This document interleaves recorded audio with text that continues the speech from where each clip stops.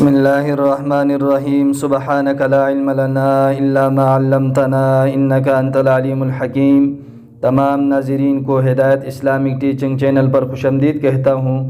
آج کے اس ویڈیو میں آپ کو بتاؤں گا کہ جان اور مال کے نقصان پر موت کی تمنا کرنا کیسا ہے۔ اگر آپ کو ہماری ویڈیو پسند آئے تو ضرور اس چینل کو سبسکرائب کریں اور گھنٹی کے بٹن کو ضرور دبائیں تاکہ آپ کو ہماری ہر نئی آنے والی ویڈیو کے بارے میں معلومات حاصل ہو سکے۔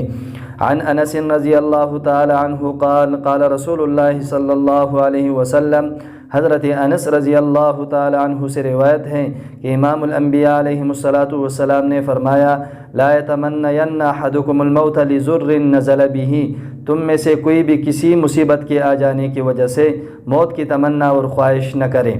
فإن كان لابد متمنیا،